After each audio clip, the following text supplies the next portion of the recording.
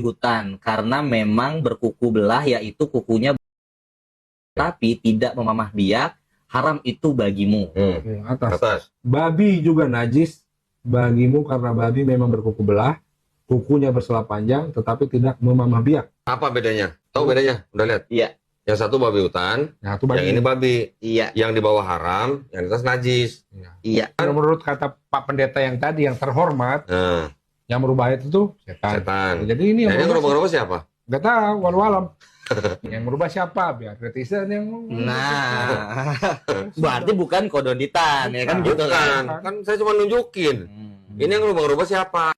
Donditan anak setan. Nah, ini. Dia suka rubah-rubah firman cuma setan. Oh. Kedua Bible ini, terjemahan baru 1, diterbitkan 1974, TB2 diterbitkan 2023. Ada yang berubah nggak? Ya, kita lihat. Imamat 11 ayat 7. Demikian juga babi hutan karena memang berkuku belah, yaitu kukunya bersela panjang, tetapi tidak memamah biak, haram itu bagimu. atas. Babi juga najis bagimu karena babi memang berkuku belah, kukunya bersela panjang tetapi tidak memamah biak. Apa bedanya? Tahu bedanya? Udah lihat? Iya. Yang satu babi hutan, Yang satu babi. yang ini babi. Iya. Yang di bawah haram, yang di atas najis. Iya. Menurut kata Pak Pendeta yang tadi yang terhormat, Nah, yang merubah itu tuh setan. setan. Jadi ini Nah, yang ini ngerubah-ngerubah siapa? nggak tahu, walau alam. Yang merubah siapa? Biar netizen yang Nah, berarti bukan kodonitan, ya kan gitu kan? Kan saya cuma nunjukin. Ini yang ngerubah-ngerubah siapa? Donditan anak setan. Nah, ini. Dia suka Ya, sebenarnya dalam terjemahan Alkitab itu ada perbedaan ya, kata yang digunakan untuk menyebut binatang tertentu. Seperti dalam konteks ini adalah babi hutan dan babi. Jadi ada perbedaan dari TB sebelumnya yang mana TB1 diterjemahkan babi hutan dan TB2 diterjemahkan babi saja. Karena terjemahan dari bahasa aslinya itu bisa berbeda sebenarnya berdasarkan konteks dan gaya terjemahannya, tapi bahasa aslinya tidak pernah berubah. Nah, berikut alasan yang saya bisa sampaikan, setidaknya ada 3.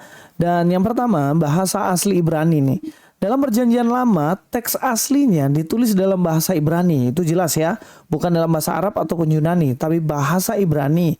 Kata yang diterjemahkan sebagai babi dalam bahasa Ibrani atau babi hutan yang tadi itu dalam TB1 babi hutan dan babi dalam TB2 itu dalam bahasa Ibrani adalah hasir. Nah, ini secara umum merujuk kepada babi sebagai binatang yang haram dimakan menurut hukum Yahudi. Dalam Imamat 11 ayat yang ke-7. Nah, kadang-kadang penerjemahan dapat memilih untuk mengaitkannya dengan spesies babi tertentu. Ingat ya, bisa babi secara umum luas dan bisa dikaitkan dengan babi dalam tertentu konteksnya, seperti babi hutan, tergantung pada konteks geografis dan deskripsi yang muncul dalam teks itu tentunya.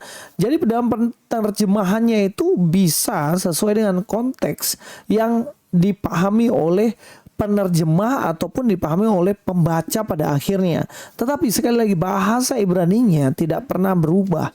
Dari dulu sampai sekarang tetap berbahasa Ibrani dan memakai kata hasir. Dan ini tentunya terjemahannya sama dengan terjemahan yang dimiliki oleh Arab dalam Al-Quran. Al-Quran dalam berbahasa Arab pun terjemahannya berbeda-beda. Bahkan dari Kementerian Agama Islam pun itu menerbitkan adanya perubahan-perubahan terjemahan dalam bahasa Arabnya diterjemahkan dalam bahasa Indonesia. Jadi kalau dia mengatakan bahwa ayat ini dirubah-rubah, lo bagaimana dengan kitabmu yang juga terjemahannya dirubah-rubah kan gitu. Nah, yang kedua, konteks dan gaya terjemahan. Penerjemahan Alkitab dari bahasa asli ke dalam bahasa lain, termasuk dalam bahasa Indonesia, sering menggunakan gaya bahasa yang berbeda-beda. Itu jelas ya. Gaya bahasa yang berbeda-beda. Ada kemungkinan bahwa di dalam terjemahan TB yang pertama, kata babi hutan dipilih untuk menekankan jenis tertentu, seperti babi liar yang ditemukan di daerah hutan. Sementara itu, di dalam TB2 mungkin digunakan kata babi saja ya, ini hanya babi saja, untuk lebih sederhanakan, atau karena babi domestik atau liar tidak dibedakan secara spesifik dalam konteks tertentu. Yang artinya ya mungkin saja bisa berbeda-beda gitu loh. Tapi kalau ditulis babi saja itu secara umum itu sudah mencakup termasuk babi hutan gitu loh. Jadi dari sini kita melihat bahwa tidak ada sebenarnya persoalan problem perubahan. Adanya perubahan-perubahan itu hanya dalam ranah terjemahannya dan itu tidak merubah maknanya. Karena babi hutan juga termasuk ke dalam kategori babi begitu loh. Jadi itu menjadi berubah jika seandainya ditulis di situ kelinci tetapi kemudian dirubah menjadi babi, itu berbeda. Tapi kalau di situ babi hutan dan kemudian dituliskan babi, ya sama aja gitu. Gak ada pembeda-pembedanya.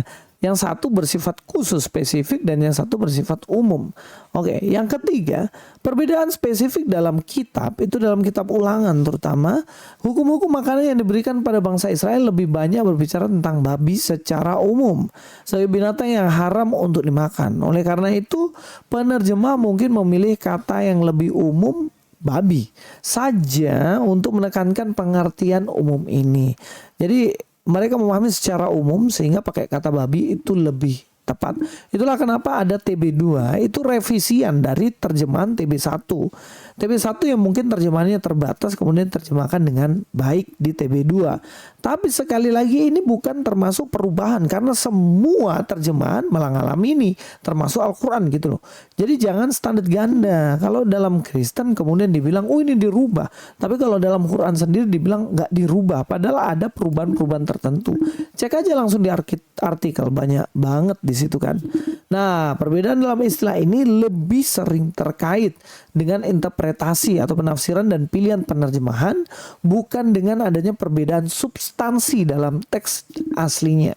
Jadi kalau dibilang ini dirubah, ya nggak termasuk perubahan gitu loh. Jadi memang harusnya pengetahuan Donditan ini lebih baik dari apa yang dia presentasikan lah ya. Ya memang sasaran mereka orang-orang yang dengan pengetahuan cetek ya. Tapi ya mungkin berhasil aja buat mereka yang nggak mau belajar. Oke, terima kasih. Luis Prasetyo di sini. God be with you all.